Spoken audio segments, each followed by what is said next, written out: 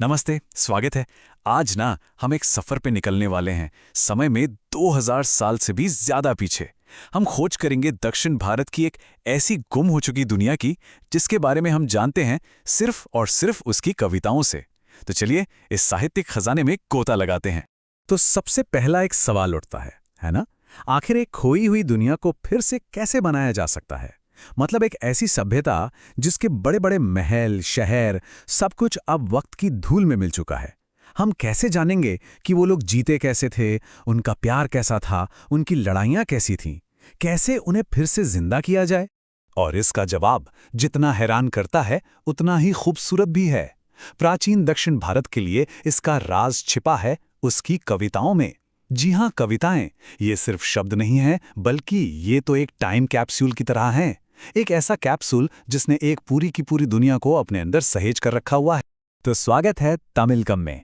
ये वो जमीन थी जो कृष्णा और तुंगभद्रा नदियों के दक्षिण में फैली हुई थी, और ये घर था 3 बड़े शक्तिशाली राजवंशों का, चेर, चोल और पांड्य।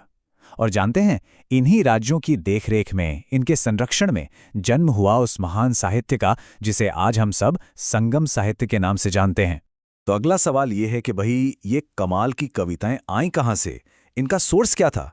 तो इनका सोर्स थी वो महान कवि सभाएं जिन्हें इतिहास में संगम के नाम से जाना गया। संगम, इसका सीधा सा मतलब होता है संघ या मिलन। ये असल में तमिल कवियों की एक बहुत बड़ी असेंबली होती थी जो पांड्या राजाओं की शाही देखरेख में होती थी। जरा सोच कर देखिए, उस दौर के सबसे ब्रिलियंट कवि एक जगह इकट्ठा हो रहे हैं और अपनी बेस्ट रचनाएं सुना रहे हैं। क्या माहौल होता होगा। अच्छा, जो पुरानी कहानियां हैं उनके मुताबिक कुल 3 संगम हुए। दुख की बात यह है कि पहले संगम की तो सारी की सारी रचनाएं समय के साथ खो गईं, कुछ नहीं बचा। दूसरे संगम से भी सिर्फ एक ग्रामर की किताब तोलकाप्पियम ही बच पाई। तो इसका मतलब यह हुआ कि आज हम संगम साहित्य के बारे में जो कुछ भी जानते हैं ना, वो सब तीसरे संगम की बची हुई कविताओं से ही आता है। और यही बात इन कविताओं को इतना इतना अनमोल बना देती है। आपको पता है, 8वीं सदी के कुछ टेक्स्ट्स के मुताबिक ये 3 संगम, यकीन नहीं होगा, 9990 सालों तक चले और इनमें लगभग 8598 कवियों ने हिस्सा लिया। अब देखिए, हो सकता है कि ये नंबर एकदम हिस्टोरिकल फैक्ट ना हो, पर यह दिखाता जरूर है कि उस जमाने में इस परंपरा की कितनी बड़ी कल्चरल इंपॉर्टेंस थी। तो चलिए अब जरा इन कविताओं के और अंदर चलते हैं, इनके दिल में उतरते हैं। संगम साहित्य का जो पूरा का पूरा खजाना है ना, वो मेनली इंसानी जिंदगी के 2 सबसे पावरफुल पिलर्स के चारों ओर घूमता है, प्यार और जंग। संगम के कवियों ने अपनी दुनिया को 2 हिस्सों में बांट दिया था। एक था अक्कम, मतलब अंदर की दुनिया। इसमें प्यार, रिश्ते, परिवार, इन सब पर्सनल फीलिंग्स पर कविताएं होती थीं। और दूसरा था पुरम, यानी बाहर की दुनिया। इसमें युद्ध, बहादुरी और राजाओं की तारीफें होती थीं। ये जिंदगी को देखने का एक बहुत ही अनोखा और बैलेंस्ड नजरिया था। लेकिन रुकिए, बात यही खत्म नहीं होती। संगम के कवि इससे भी एक कदम आगे निकल गए। उन्होंने इंसानी भावनाओं को सीधे सीधे जमीन की ज्योग्राफी से जोड़ दिया, मतलब इमोशंस को लैंडस्केप से जोड़ दिया। ये एक ऐसा आइडिया है जो आज भी लिटरली यूनिक है। इस कॉन्सेप्ट को कहते हैं तिनई। इसमें 5 अलग अलग तरह के लैंडस्केप्स हैं और हर लैंडस्केप एक खास इमोशन और जीने के तरीके से जुड़ा है। जैसे कि कुरिंजी यानी पहाड़, ये शादी से पहले वाले प्यार का सिंबल है। मुल्लई यानी जंगल, ये प्रेमियों के बिछड़ने का दर्द दिखाता है।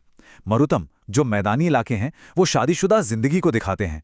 नेतल यानी समंदर का किनारा इंतजार का प्रतीक है। और पालय मतलब बंजर जमीन, वो मुश्किलों और जुदाई को दर्शाती है। ये एक ऐसा वर्ल्ड व्यू है जहां इंसान और नेचर एक दूसरे से पूरी तरह जुड़े हुए हैं, अटूट। तो ठीक है, कविताओं की इस दुनिया से अब जरा बाहर निकलते हैं और उन लोगों पर, उन राजाओं पर फोकस करते हैं जो सिर्फ इन कविताओं का सब्जेक्ट ही नहीं थे, बल्कि इनके सबसे बड़े संरक्षक, इनके सबसे बड़े पैट्रन भी थे। तो तमिलकम पर 3 बड़े राजवंश राज करते थे। चेर, जिनका निशान था धनुष, चोल, जिनका शाही निशान था बाघ, और पांड्य, जिनका निशान था मछली। और हाँ, इनकी राजधानी मदुरई ही तो उन महान संगमों का सेंटर थी। और इन राजाओं की कहानियां भी कविताओं से कम मजेदार नहीं हैं। जैसे चेर राजा थे सेनगुट्टुवन। उन्होंने कन्नगी की पूजा शुरू करवाई। एक महान चोल राजा हुए करिकाल, जिन्होंने कावेरी नदी के पास मशहूर पुहार शहर बसाया। और पांड्य राजा, जो संगम के पैट्रन थे, उन्होंने तो समुंदर की पूजा की परंपरा भी शुरू की थी। अब देखिए, संगम का दौर तो एक वक्त पर खत्म हो गया, लेकिन उसकी जो साहित्यिक विरासत थी, जो लिटरेरी लेगेसी थी, वो आने वाली सदियों तक जिंदा रही और खूब फली फूली। इसी महान परंपरा ने आगे चलकर कई बड़े बड़े महाकाव्यों को जन्म दिया, जैसे शिलप्पादिकारम, जिसे तमिल लोगों का नेशनल एपिक तक कहा जाता है, और फिर मणिमेखलाई और जीवक चिंतामणि जैसी रचनाएं। इन्होंने संगम की उस साहित्यिक मशाल को हमेशा जलाए रखा। और फिर आता है तिरुकुरल। ये नैतिक शिक्षाओं यानी मॉरल टीचिंग्स की एक ऐसी किताब है जिसे तमिल साहित्य की बाइबल का दर्जा दिया गया है। ये बताता है कि संगम की विरासत सिर्फ कहानियों में नहीं है, बल्कि एक गहरी नैतिक और कल्चरल नींव में भी जिंदा है, और वो नींव आज भी उतनी ही रेलेवेंट है।